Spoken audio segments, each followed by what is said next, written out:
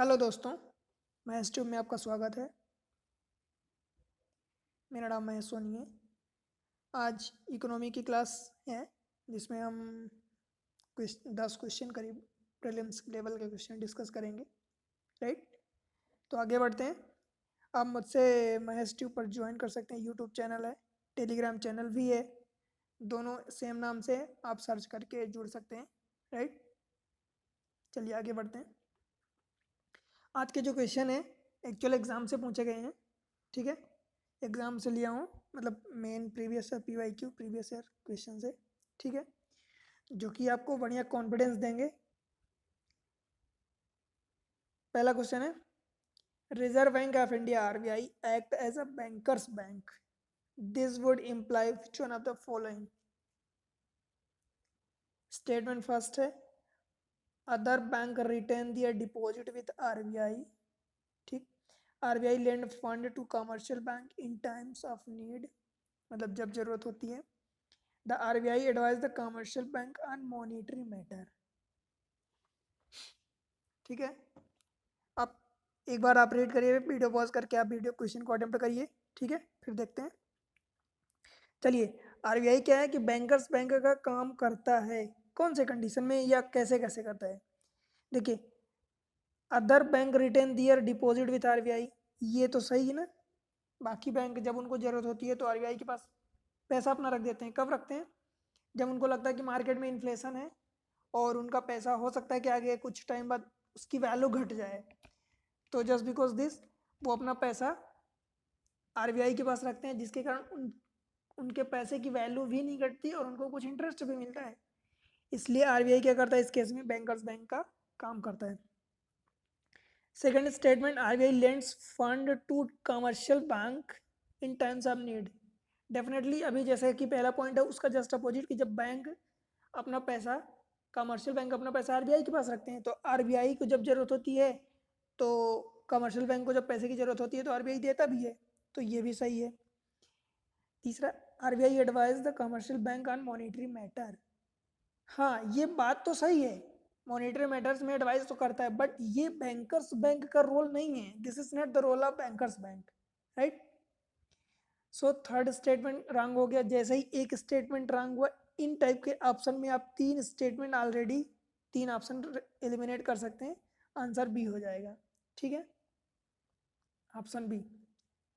देखिए, RBI reserve bank of India act as a lenders of the last resort and bankers bank, ये दोनों lender of the last resort, ये भी कई बार exam में पूछा जा चुका है। एंड बैंकर्स बैंक तो ये क्वेश्चन का ही देख ही लिया अपन ने। ठीक है, it provide credit to bank in times of the need, एक स्टेटमेंट में था। And other bank retain their deposit with RBI, मतलब बैंक को जब जरूरत होती है तो RBI उनको पैसे देता भी है, और जब बैंक को लगता है कि उनके पास ज्यादा मनी है, उसकी जरूरत नहीं है, तो वो डिपॉजिट भी करता है RBI अपने पास। ठीक है, although RBI times again gives its view to the health of the banking sector and take measures to strengthen it, it does not really advise the commercial bank on the monetary matter। Monetary matter में ये तो advice नहीं करता, और अगर करता भी है, लाइक ये टूल्स है, तो RBI के जो टूल्स होते हैं, बैंक रेट, रेपो रेट, ये सब, तो इनको अगर वो कभी करता भी है तो ये मतलब बैंकर्स बैंक के रोल में नहीं आते हैं। ठीक है, चलिए अगले क्वेश्चन में चलते हैं। सेकेंड क्वेश्चन है, under which are the following circumstance capital gain arise. Capital gain कब होता है? when there is an increase in the sale of product। ठीक है, when there is a natural increase in the value of property owned, when you purchase a painting and there is a growth in its value due to increase in the its popularity। ये आपके पास option है। देखिए, actual में क्या हो रहा है, capital gain कौन सी कंडीशन में हो सकता है? when there is an increase in the sale of product, किसी भी प्रोडक्ट का अगर सेल मान लीजिए इंक्रीज हो रहा है, तो क्या आप डेफिनेटली ये कह पाएंगे कि उसको कैपिटल गेन ही हो रहा है? हो सकता है उसकी वैल्यू मीन्स प्राइस उसकी रिड्यूस हो गई हो, पर उसका सेल, लेट से कि पहले 100 यूनिट सेल हो रहा था, अब क्या है कि 200 यूनिट्स या 150 यूनिट सेल हो रहा है। बट हो सकता है, संभव है, पॉसिबल है कि पहले हो सकता है कि वो 100 यूनिट जो जा रहा था सेल हो रहा था वो हो सकता है कि किसी एक्स रुपीज़ पर सेल हो रहा था, एक्स रुपीज़ पर यूनिट। अब क्या हो गया कि मान लीजिए कि x by two means 0.5x पर सेल हो रहा, 0.75 पर मीन्स लेस देन एक्स पर सेल हो रहा, तो you consider definitely that the increase in the sale of product means the capital gain, means this statement would be wrong. ठीक, क्यों रॉन्ग हुआ? क्योंकि उसकी जो वैल्यू थी वो रिड्यूस हो गई, उसका सेल बढ़ा है, तो ये पॉसिबिलिटी है ना, इसलिए ये स्टेटमेंट गलत हो गया पहला। सेकेंड पर चलते हैं, when there is a natural increase in the value of property owned, definitely true. आप सोचिए कि लेट से किसी भी चीज़ को ले लीजिए, आप एक पेन लिए, मान लीजिए आपने एक मैन्युफैक्चरिंग कंपनी सेटअप करी, उसमें आप जो भी नेचुरल चीज़ें जो भी उसकी सॉरी, एक्चुअल में उसकी अगर वैल्यू मान लीजिए कि लास्ट ईयर कुछ और थी, इस बार कुछ और हो गई, तो उसकी वैल्यू अगर इंक्रीज हो रही तो आपको कैपिटल तो गेन हो रहा ना, तो ये ट्रू हो गया। ठीक, when you purchase painting and there is a growth in value due to increase in the popularity, तो वैल्यू इंक्रीज हो रही मीन्स उसको कैपिटल गेन तो हो ही रहा। करेक्ट है स्टेटमेंट, मीन्स दूसरा और तीसरा सेकंड थर्ड स्टेटमेंट करेक्ट है, फर्स्ट रॉन्ग है, means second option is right. ठीक है, इसमें मैं जो एक्सप्लेन कर रहा हूँ आप उतना समझ लें तो बेहतर होगा। तीसरा क्वेश्चन है, which one of the following measure would result in an increase in the money supply in the economy, मतलब इकोनॉमी में मनी सप्लाई इंक्रीज हो रही है उसके रिस्पेक्ट में आपको आंसर बताना है। पहला स्टेटमेंट है, देखिए, purchase of a government security, ऐसी चीजों में ये परचेज इंपॉर्टेंट वर्ड है, purchase of a government security from public by central bank, deposit of currency in commercial bank by public, ठीक है, borrowing by government from central bank, sale of government security to the public by central bank. अब आप एक चीज notice करेंगे कि पहले statement और फोर्थ स्टेटमेंट में क्या अंतर है। इसमें purchase of a government security from the public sector bank, इसमें sale of the government security to the public by central bank. ठीक है, मीन्स स्टेटमेंट तो सेम है सब कुछ, बस एक ही चीज इसमें परचेज हो रहा है, इसमें सेल हो रहा है। अब आपको निकालना क्या है, which are the following would result in increase in the money supply in the economy. Money supply economy में मतलब मार्केट में पैसा ज्यादा होना है। ठीक, देखिए पहले स्टेटमेंट क्या कह रहा है कि पब्लिक से सेंट्रल बैंक क्या कर रहा, परचेज कर रहा। अब आप सोचिए कि जब सेंट्रल बैंक मीन्स इंडिया के केस में आरबीआई हो गया, आरबीआई अगर पब्लिक से या मार्केट से गवर्नमेंट सिक्योरिटी को परचेज करेगा तो मार्केट को क्या देगा, पैसा देगा, जिनसे सिक्योरिटी परचेज करेगा उनको रुपया देगा, पैसा देगा। ठीक, तो मार्केट में पैसा और जा रहा है ना, तो इकोनॉमी में मनी सप्लाई हो रही है, मीन्स ये तो करेक्ट है, यही बोला कि मनी सप्लाई होनी चाहिए, तो पहला स्टेटमेंट करेक्ट हो गया क्योंकि आरबीआई परचेज कर रहा। बस आपको यही चीज़ें समझना है कि आरबीआई अगर परचेज कर रहा है तो फ्री में तो परचेज नहीं करेगा, वो जब परचेज करेगा तो कुछ मनी देगा, वो मनी मार्केट में इकोनॉमी में मनी सप्लाई को बढ़ा देगा, तो पहला स्टेटमेंट करेक्ट हो गया। अब फोर्थ स्टेटमेंट पर डायरेक्ट आप जाइए, तो अगर पहला स्टेटमेंट परचेज के लिए करेक्ट है तो दूसरा स्टेटमेंट सेल के लिए जस्ट इसका अपोजिट हो जाएगा, मीन्स कि फोर्थ स्टेटमेंट रॉन्ग हो जाएगा। क्यों? क्योंकि मान लीजिए कि आरबीआई अगर सेल कर रहा है गवर्नमेंट सिक्योरिटी को, अगर अपने पास से आरबीआई सेल कर रहा है मीन्स सिक्योरिटी को मार्केट में दे रहा है, मीन्स मार्केट से पैसा अपने पास ले रहा है, मीन्स पैसा क्या हो रहा है, पुल आउट हो रहा मार्केट से आरबीआई के पास आ रहा, मीन्स पैसा मार्केट में कम हो गया। अब वो चीज़ पूछा है पैसा बढ़ने के लिए, तो फोर्थ स्टेटमेंट रॉन्ग हो गया। जैसे फोर्थ स्टेटमेंट रॉन्ग हो तो आप सेकेंड और फोर्थ को हटा सकते हैं बाय एलिमिनेशन मेथड। ठीक, अब पहला तो अपन ने देख लिया कि ऑलरेडी पहला सही है, और यहाँ by default option A and C में फर्स्ट स्टेटमेंट करेक्ट है। तीसरे स्टेटमेंट पे चलते हैं, borrowing by government from central bank. अब सोचिए कि गवर्नमेंट जो है मीन्स गवर्नमेंट ऑफ इंडिया अथवा स्टेट गवर्नमेंट सेंट्रल बैंक से बोरो कर रही है मनी। गवर्नमेंट अगर मनी बोरो करती है सेंट्रल बैंक से या कमर्शियल बैंक से, जनरली सेंट्रल बैंक से बोरो करती है, तो गवर्नमेंट तो पैसा रखने के लिए, अपने घर पर रखने के लिए तो बोरो नहीं करेगी, वो मार्केट में इन्वेस्ट करेगी, whether it is in the form of subsidy और some type of government to help the public, poor or MSME company, right, इन सबको एमएसएमई तो पब्लिक को इनको हेल्प करेगी, सब्सिडी देगी गवर्नमेंट, तो मार्केट में अल्टीमेटली पैसा ही तो जा रहा है ना, तो ये भी स्टेटमेंट करेक्ट हो गया। ठीक है, तो आंसर तो आपका सी आ चुका है। ठीक, अब इस सेकंड स्टेटमेंट को डिस्कस कर लेते हैं, deposit of currency in central bank commercial bank by public. आप सोचिए, deposit of currency in commercial bank means like SBI, ICICI, HDFC, union bank, ये सब हो गए। बाय पब्लिक, अगर पब्लिक करेंसी कमर्शियल बैंक में डिपॉजिट करेगी मीन्स मार्केट से पैसा बैंकों के पास जा रहा, तो मार्केट में क्या हो रहा, पब्लिक की सब मनी की सप्लाई घट रही कि बढ़ रही, ऑफकोर्स रिड्यूस होगी ना। तो यहाँ बोला है मनी की सप्लाई बढ़नी चाहिए, इंक्रीज होनी चाहिए। तो ये सेकंड स्टेटमेंट भी करेक्ट मीन्स इनकरेक्ट हो गया। तो पहला और थर्ड स्टेटमेंट ये दोनों करेक्ट हैं, ठीक है, आंसर सी हो गया। अगले क्वेश्चन पर चलते हैं। देखिए, which of the following would include foreign direct investment, FDI, ठीक है, FDI क्या है? पहला statement, subsidy of a company in India, मतलब सब्सिडी जो इंडिया में है, subsidy of company in India.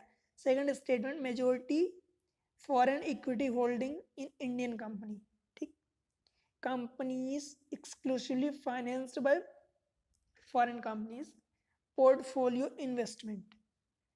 अगर आपको FDI, FII के बारे में थोड़ा सा नॉलेज हो, आइडिया हो, तो आप इस क्वेश्चन को आसानी से डील कर लेंगे, ठीक है। देखिए, subsidy of a company, subsidiary of a company in India, India में जो भी कंपनीज की सब्सिडियरी है मीन्स उनसे जुड़ी हुई कंपनीज हैं, वो FDI में आता है, ये करेक्ट है। Majority foreign equity holding in Indian company, ये भी करेक्ट है, FDI में आता है, ठीक। आपने पढ़ा होगा बैलेंस ऑफ पेमेंट होता है, उसके अंदर दो टाइप के अकाउंट होते हैं, कैपिटल अकाउंट, करेंट अकाउंट, ठीक है, इस टाइप से, तो वो इसी में आते हैं, ठीक है। फिर ये कैपिटल वाले FDI, FII, external commercial borrowing, इस टाइप के आते हैं, ठीक।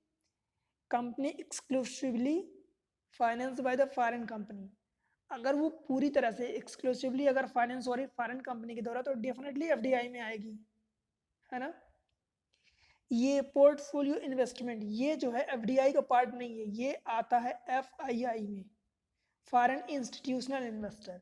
तो ये फोर्थ स्टेटमेंट नहीं होगा, तो फोर्थ अगर नहीं है तो पहला और सेकंड ऑप्शन तो हट गए, और बाकी के तीनों है, means this is true, D option, ठीक है। देखिए, portfolio investment is part of FII, इसलिए तीसरा स्टेटमेंट इनकरेक्ट हो गया, बाकी दो सही है, तीन सही है, ठीक। चलिए अगले क्वेश्चन पे, question number 5। The price of any currency in international market is decided by, international market में किसी भी करेंसी, ये ध्यान रखिए, एनी करेंसी मीन्स उसमें इंडियन करेंसी भी शामिल हो सकती है, इंडियन रुपीज, कौन डिसाइड करता है? World bank, demand for goods अथवा services provided by country concern, stability of the government of a concern country, economic potential of the country in question, ठीक। अब आप सोचिए कि इसमें कौन डिसाइड करता है? कभी आपने ऐसा सुना है कि वर्ल्ड बैंक डिसाइड करता है किसी भी इंटरनेशनल करेंसी की वैल्यू को अथवा उसकी प्राइसेस को? वर्ल्ड बैंक तो कभी नहीं डिसाइड करता। हाँ, कुछ रोल IMF का होता है, बट ये करेंसी डिसाइड में नहीं होता। IMF जैसे, वर्ल्ड बैंक जो है ये डेवलपमेंट काम में करता है, डेवलपमेंट का काम करता है, ठीक है, ये लोन वोन्स देते हैं, दोनों देते हैं, बट ये मेनली वर्ल्ड बैंक जो है डेवलपमेंट के काम में लोन देता है, ठीक। तो इसका करेंसी की वैल्यू अथवा प्राइसेस डिसाइड करने में वर्ल्ड बैंक का कोई रोल नहीं है। तो आप दो स्टेटमेंट तो यहाँ से पहले ही दो ऑप्शन हटा दीजिए, ठीक। अब देखिए 2, 3, 3, 4 means three statement, third statement by default correct है दोनों में, ठीक। अब आपको चेक करना है कि सेकेंड एंड फोर्थ में से कोई भी एक सही हो जाए तो अपना आंसर आ जाएगा, ठीक। देखिए, demand of goods and service provided by country concern, definitely true है, क्योंकि किसी भी करेंसी की इंटरनेशनल मार्केट में वैल्यू उसके डिमांड एंड सप्लाई, मतलब उसकी डिमांड, उसके गुड्स अथवा सप्लाई जैसे भी है, उनकी डिमांड सप्लाई जैसे होगी, ये मेनली डिमांड पर, उसी के अकॉर्डिंग उसकी वैल्यू अथवा प्राइसेस डिसाइड होंगी उस कंट्री में, ठीक है। तो ये तो ट्रू हो गया। ट्रू, अगर टू और थर्ड टू सही है तो ये आंसर तो आ चुका है। अपन फोर्थ को देख लेते हैं। Economic potential of the country, नहीं, इकोनॉमिक पोटेंशियल उसकी कितनी है उससे कंट्री करेंसी की प्राइस नहीं डिसाइड होती, ठीक। Stability of the government of the concern country, ये ट्रू है, ठीक। इसलिए आंसर इसका सेकेंड एंड थर्ड, ये बी हो गया, ठीक है। देखिए, the price of any currency in is international market is determined by force of a demand and supply, ठीक है। Demand for currency increase if demand for goods and services provided by the country increase, means उसकी demand increase होगी अगर ये goods services की जो country है वो इंक्रीज कर रही है उसका प्रोडक्शन, ठीक। Moreover the state government give confidence to investor and raise demand of currency to that country, ठीक है। चलिए अगले क्वेश्चन पर चलते हैं। क्वेश्चन नंबर 6, बात कर रहे हैं कोर इंडस्ट्री की। ये क्वेश्चन ऐसा ऑलराउंडर क्वेश्चन, मीन्स जिसको कहते हैं ना सदाबहार क्वेश्चन, हमेशा मतलब अक्सर पूछा जाता है। Core industry in India in the overall index of the industrial production, means IIP बोलते हैं, index of industrial production, the indices of 8 core industry have combined weightage of 37.9%। ये दरअसल एक्चुअली ओल्ड डाटा है, पुराना में 2012 का है। अभी इसकी वैल्यू 40.27% के अराउंड हो गई है, ठीक है, 40.27%। Which are the following among the 8 core industry. 8 core industry में बता देखिए, cement, fertiliser, natural gas, refinery product, textile. सबसे पहले तो आप अगर कोर इंडस्ट्री के बारे में एक बार भी कभी सुने हैं, पढ़े हैं, तो आप जानते हैं कि 8 कोर इंडस्ट्री होती है, दिया भी है क्वेश्चन में, बट उसमें ये टेक्सटाइल नहीं होता। तो ये 5th नंबर का स्टेटमेंट जिस जिस ऑप्शन में आप उसको तो पहले हटा दें, ये है फर्स्ट एंड फोर्थ गया। अब बचे 2 स्टेटमेंट, बी और सी ऑप्शन में 2, 3, 4 दोनों में है, तो बाय डिफॉल्ट 2, 3, 4 तो करेक्ट हो गए, ठीक है। अब रही बात पहले स्टेटमेंट की, मतलब पहले, ठीक है, सीमेंट। तो देखिए 8 कोर इंडस्ट्री में सीमेंट होता है, और ये तीनों भी होते हैं, means fertiliser, natural gas, refined product, ये होते हैं, मीन्स चारों पहले चारों स्टेटमेंट करेक्ट है।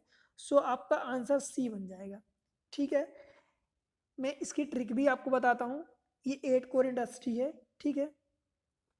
देखिए, कोर इंडस्ट्री जो 8 कोर इंडस्ट्री है उनमें से कोल है, क्रूड ऑयल है, नेचुरल गैस है, रिफाइनरी प्रोडक्ट है, फर्टिलाइजर है, स्टील है, सीमेंट है, इलेक्ट्रिसिटी है। 8 core industry comprise 40.27% of the weight in terms of the included in the index of industrial production। ये मंथली बेसिस पर रिलीज होता है, ये ध्यान रखना है आपको, मंथली बेसिस पर रिलीज किया जाता है, ठीक है। इसको रिलीज कौन करता है? Office of economic adviser, OEA। ये किसके अंडर आता है? DPIIT, department of promotion of industry and internal trade, ministry of commerce and industry, government of India, ठीक। इसका बेस ईयर ये भी ध्यान रखना है 2011-12। आपको इसमें से मेनली क्या क्या याद रखना है? देखिए, ये 8 कोर इंडस्ट्री हो गई, एक तो ये याद रखना है। उन 8 कोर इंडस्ट्री जो है उनका डिक्रीजिंग अथवा इंक्रीजिंग ऑर्डर भी याद रखना है, क्योंकि यह भी पूछता है क्वेश्चन में, एग्जाम में, ठीक। दो, तीसरा ये कि ये मंथली बेसिस पर रिलीज होता है। चौथा ये कि इसको रिलीज कौन करता है? ये OEA, office of economic adviser, जो minister of commerce and industry, DPIIT के अंडर आता है। और ये पांचवी चीज कि ये बेस ईयर इसका 2011-12 है, ठीक। अब ये देखता हूँ कि ये जो कोर इंडस्ट्री है उनके इंक्रीजिंग अथवा डिक्रीजिंग ऑर्डर याद कर लेते हैं, क्योंकि टोटल जो इनका है ये 40.27% है, ये भी आपको याद रखना है मंथली, ठीक। देखिए, R मतलब कि ये रिफाइनरी हो गया, रिफाइनरी प्रोडक्ट, ठीक है, ये सबसे ज़्यादा होता है। पहले तो आप RES को याद करिए, RES मतलब रिफाइनरी प्रोडक्ट, ई से इलेक्ट्रिसिटी, एस से क्या हो गया? स्टील हो गया। सबसे ज़्यादा R, फिर उसके बाद E, फिर S, ये डिक्रीजिंग ऑर्डर में है, ठीक। इंक्रीज इधर हो रहा, इधर से ये डिक्रीजिंग ऑर्डर। देन उसके बाद क्या है कि 2 C आते हैं, C से 3 है, एक कोल है, एक क्रूड है, एक सीमेंट है। C से 3 है, तो देखिए 2 पहले C आ गए, फिर उसके बाद NG आ गया, NG मतलब नेचुरल गैस, फिर उसके बाद एक फिर से C आया, और सबसे लास्ट में आखिरी में F आता है। F मतलब क्या होता है? फर्टिलाइजर। फर्टिलाइजर का सबसे कम होता है परसेंटेज शेयर, ठीक। अब आप ये जो 3 C हैं इनमें भी आप कंफ्यूज हो सकते हैं। देखिए, मैं इतना डिटेल बारीकी से जाके इसलिए आपको डिस्कस कर रहा हूँ, बता रहा हूँ कि कंफ्यूजन होता है यहाँ पर, और ये चीज़ें इंपॉर्टेंट है, पूछता है, कभी भी पूछ सकता है, और कई बार पूछा भी है।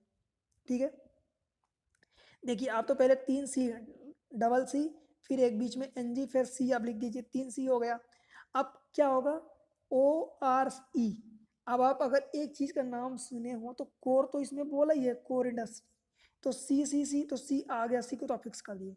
अब सी के बाद कोर में क्या बचा, ओ आर ई, तो ये रहा ओ, ये रहा आर, ये रहा ई, तो सीओ से को, सीओ से क्या हो गया, कोल हो गया, सी आर से क्रूड हो गया, क्रूड आयल, एंड सी ई से क्या हो गया, सीमेंट हो गया। ठीक है, ये ट्रिक मैं बता रहा हूँ, आप किसी भी तरीके से और भी ट्रिक बना सकते हैं, बट ये मुझे सही लगी तो इसलिए मैं सोचा आपके साथ डिस्कस करना बेहतर होगा। एनजी तो नेचुरल गैस आप जानते ही हैं, फर्टिलाइजर सबसे लोएस्ट है। ठीक, तो ये हो गया कोर इंडस्ट्री। चलिए आगे बढ़ते हैं अगले क्वेश्चन में। बैलेंस ऑफ पेमेंट, अभी जो पिछले क्वेश्चन में डिस्कस किया था थोड़ा सा, balance of payment of a country is systematic record of what, all imports and transaction of a country during a given period, normally a year। इसमें कुछ कंट्री आएगा, यहाँ पर मिसिंग टर्म्स लग रहा, ठीक है। Goods exported from a country during a year, economic transaction between the government of one country to another country, economic transaction की बात कर रहा। The capital movement from one country to another country. अब एक बात बताइए, अभी जैसे मैं आपको बैलेंस ऑफ पेमेंट की बात किया था, तो उसमें से एक कैपिटल अकाउंट होता है, एक करेंट अकाउंट होता है, ठीक है, यही होता है ना। तो ये एक्चुअली क्या होता है, बैलेंस ऑफ पेमेंट ये जो बैंक के पास होती है, किसी की बैलेंस आप कहते हैं ना कि बैलेंस शीट, तो उसमें क्या होता है कि सब कुछ, पूरे जितने भी रिकॉर्ड होते हैं सब कुछ रखा जाता है। Means all imports and transaction during a given period, normally a year, yearly generally होता है, मतलब ऐसा कुछ फिक्स नहीं है, बट जनरली एक साल का बैंकिंग का डाटा होता है कि ये साल का, जिसे कहते हैं ना फाइनेंशियल ईयर, तो एक साल में। तो ये पूरे इंपोर्ट्स एंड एक्सपोर्ट ट्रांजेक्शन, इसमें एक्सपोर्ट नहीं लिखा बट एक्सपोर्ट भी होता है, कि जो जितना इंपोर्ट एक्सपोर्ट हुआ, जो करेंट मतलब जितनी भी वैल्यू उसकी नेट निकालते हैं, वो चीजें होती है बैलेंस ऑफ पेमेंट। ठीक है, ध्यान रखना आप। The balance of payment is summarise the economic transaction of a economy with rest of the world. This transaction include export, imports of goods and services of the services and financial asset along with the transfer of payment। ठीक है, मतलब उसमें export भी शामिल है, imports भी शामिल है, जो फाइनेंशियल एसेट है उनके सबके goods, goods services financial asset, और उसमें एक्सपोर्ट इंपोर्ट के साथ साथ ये ट्रांजेक्शन भी शामिल है। ठीक है, ट्रांसफर पेमेंट जो ट्रांजेक्शन होता है। अगले क्वेश्चन पर चलते हैं। RBI means reserve bank of India regulate the commercial bank in matter of, किन किन चीजों में वो रेगुलेट करता है। ठीक है, liquidity of RBI commercial bank से क्या क्या चीजें रेगुलेट करता है। ठीक है, लिक्विडिटी ऑफ असेट, क्या इसको रेगुलेट करता है। ब्रांच के एक्सपांशन को क्या रेगुलेट करता है। Merger of a bank, binding, binding up of bank. ठीक है, देखिए अगर आप न्यूज़ फॉलो करते होंगे तो आपने सुना ही होगा बीच में, लिक्विडिटी ऑफ असेट तो ये आरबीआई का मेन काम ही है, ये तो हो ही सकता है, होगा ही। ठीक है, ब्रांच एक्सपांशन ये शायद आपने नहीं सुना होगा, बट ये भी एक आरबीआई का रोल है कमर्शियल बैंक के विद रिस्पेक्ट में। पता है क्यों, देखिए क्या होता था कि जब स्टार्टिंग कुछ टाइम पहले की बात है, कि मतलब जनरली ब्रांचेस जो थी, जैसे एसबीआई, आईसीआईसी, बड़ी बड़ी जो बैंक हो गई, वो रूरल एरिया में कम अपनी ब्रांचेस ओपन करती थी। जनरली उनको ज़्यादा प्रॉफिट या काम जो इजी वे में होता है वो अर्बन एरिया में होता था, इसलिए वो रूरल में नहीं जाती थी। इसलिए आरबीआई ने ये भी रेगुलेट करना चालू कर दिया, ब्रांच का एक्सपांसन कितना होगा, उनकी कंडीशन क्या है, क्या एलिजिबिलिटी है, मतलब क्या उनकी कंडीशन अगर फुलफिल हो रही है तो कितना वो ब्रांचेस को एक्सपांड कर पाएंगे, अदरवाइज नहीं कर पाएंगे। तो ये भी आरबीआई का एक रोल है। ठीक, मर्जर ऑफ अ बैंक, ये तो आपने सुना ही होगा, बेहतरीन, मतलब कि अभी आप करीब 2 साल 1.5 साल पहले से उधर 3-4 साल के बीच में कई सारे एसबीआई की, बहुत एसबीआई के 5-6 जो बैंक थे, बैंक का स्टेट बैंक का पटियाला, ऐसे करके बहुत सारे बैंक थे, उनको मर्ज किया। कई सारे और बैंक थे, उनको छोटे छोटे बैंकों को मर्ज करके बड़े बड़े बैंक में मर्ज कर दिया। तो ये भी उसका रोल हो गया, मतलब पहले 3 तो ऐसे ही। देखिए बाइंडिंग अप बैंक, बैंक को बाइंडिंग अप करना एक तरह से मर्जर जैसा है। मतलब कोई जैसे कि अभी पीएमसी वाले का केस हुआ था, तो ऐसी चीज़ें कि अगर उनको कुछ प्रॉब्लम्स हो रही है तो उन प्रॉब्लम्स को भी रिजॉल्व करना एंड उनको मेंटेन भी करना, क्योंकि वो डूब ना जाए, अदरवाइज पब्लिक का पैसा चला जाएगा, और पब्लिक का पैसा जाएगा तो गवर्नमेंट को या आरबीआई को प्रॉब्लम होगी, क्योंकि वो अल्टीमेटली मेंटेन करते हैं सब चीज़ें। ठीक, तो ये भी सही है, मीन्स इसके चारों ऑप्शन सही है, डी स्टेटमेंट करेक्ट है। ठीक है, देखिए RBI is called the bankers bank and regulate the banking sector in India using mechanism like CRR, SLR. It keeps check on liquidity of asset of the bank. Moreover, RBI is also set rule and regulation concerning merger of bank, their binding up operation and branch expansion. ठीक, means merger of the bank के mergers को भी करता है, उनकी binding जो भी operation होती है उनकी बाइंडिंग अप करता है, ब्रांच का एक्सपांसन भी करता है। ये उसके टूल्स होते हैं, CRR, SLR इस टाइप के। ठीक है, अगले क्वेश्चन पर चलते हैं। An increase in the bank rate. पिछली क्लास में मैं आपको बैंक रेट के बारे में डिटेल में बताया था, वो पिछला लेक्चर आप देखें, उसमें bank rate, repo rate, reverse repo rate, कई सारी चीज़ें मैं डिस्कस किया था जो कि बहुत इंपॉर्टेंट है, इन्फ्लेशन से जुड़ी हुई चीज़ें कुछ डिस्कस किया था। ठीक है, आप उसको डेफिनेटली विजिट करें, बहुत बेहतरीन लेक्चर है। ठीक है, generally indicate that what means increase the bank rate. Bank rate मतलब कि अगर मान लीजिए कि बैंक रेट इंक्रीज हो रहा है तो क्या होगा, market rate of interest is likely to fall. Central bank is no longer making loan to commercial bank. क्या सेंट्रल बैंक कभी कमर्शियल बैंक को लोन नहीं देगा? Central bank is following an easy monetary policy. Central bank is follow tight monetary policy.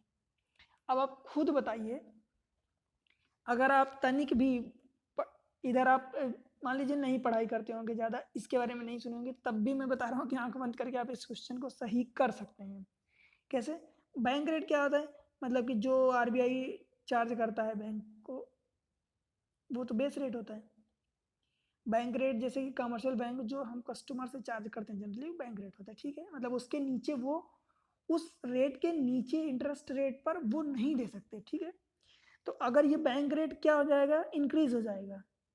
Increase हो जाने का मतलब क्या है कि जो हमसे 8% मान लीजिए फॉर एग्जांपल 8% हमसे इंटरेस्ट रेट लेते हैं, इंटरेस्ट हमें जब बैंक लोन देते हैं, तो मान लीजिए कि वो 8 से बढ़ के 10 हो गया, तो क्या होगा, central bank is follow tight monetary policy. Market में पैसा कम होगा ना, लोग कम पैसा ले रहे हैं, यही तो है। क्यों? क्योंकि देखिए सेंट्रल बैंक अगर वहां से कमर्शियल बैंक को ज़्यादा इंटरेस्ट रेट पर देगा, मतलब टाइट मॉनेटरी पॉलिसी का मतलब इंटरेस्ट रेट बढ़ा दिया है, तो कमर्शियल बैंक भी यही करेंगे ना, इंटरेस्ट बढ़ा के देंगे कस्टमर को। ऐसा तो नहीं होगा कि सेंट्रल बैंक उनसे ज़्यादा रेट वसूली करे और फिर वो पब्लिक को या कस्टमर को, आम पब्लिक को जो है कम पर दे दें। क्यों? क्योंकि बैंक जो है एज अ मीडिएटर काम करते हैं, उनको भी तो प्रॉफिट मिल लेना चाहिए, और वो प्रॉफिट के लिए ही काम करते हैं मेनली। जैसे देखिए रिजर्व बैंक ऑफ इंडिया है, वो तो गवर्नमेंट के अंडर काम करता है, सेंट्रल बैंक है, तो वो अगर उसको थोड़ा सा कम भी प्रॉफिट होगा तो चलेगा, मतलब वो पब्लिक के लिए या गवर्नमेंट के लिए ही काम करता है। इसीलिए तो bankers of the last resort, मतलब किसी बैंक को अगर कोई प्रॉब्लम हो जाती है, एनपीए बढ़ जाता है या डूबने वाला होता है, तो आरबीआई और गवर्नमेंट मिलके उसको उठा लेते हैं, डूबने नहीं देते। इसी टाइप से कि अगर वो सेंट्रल बैंक मान लीजिए कि वो टाइट मॉनेटरी पॉलिसी, मतलब कि ज़्यादा इंटरेस्ट रेट बढ़ा देंगे, इंटरेस्ट रेट बढ़ा देंगे, तो क्या होगा, वो किसको इंटरेस्ट रेट बढ़ा के देंगे, ये सेंट्रल कमर्शियल बैंक को बढ़ा के देंगे। और कमर्शियल बैंक को जब ज़्यादा इंटरेस्ट रेट पर पैसा मिलेगा तो पब्लिक को सस्ते में क्यों देगा, वो भी तो ज़्यादा वसूली करेगा, और यही चीज़ बोला है। ठीक है, तो ये आंसर डी हो गया। ठीक,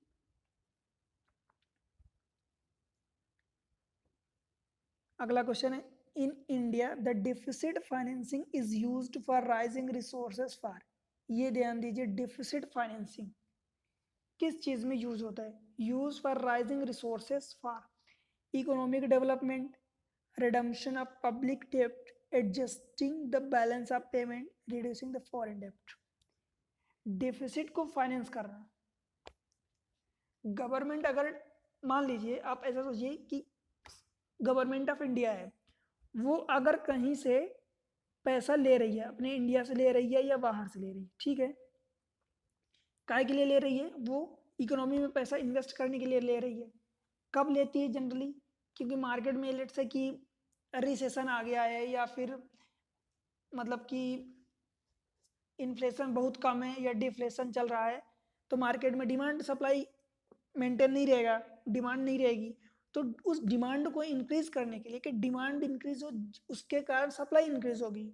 तो जब डिमांड इंक्रीज हो गई तो सप्लाई इंक्रीज करने के लिए गवर्नमेंट जो है डिफिसिट मतलब पैसे उधार लेती कहीं से, अपने इंडिया से भी ले सकती है, फॉरेन से भी ले सकती है, लेती है। तो जब पैसा उधार लेगी तो क्या होगा, डिफिसिट होगा, इसीलिए वो डिफिसिट बोला है। होगा क्यों, आरबीआई ये सब क्यों करती है या गवर्नमेंट ऑफ इंडिया ऐसा सब क्यों करती है, क्योंकि इकोनॉमिक डेवलपमेंट हो।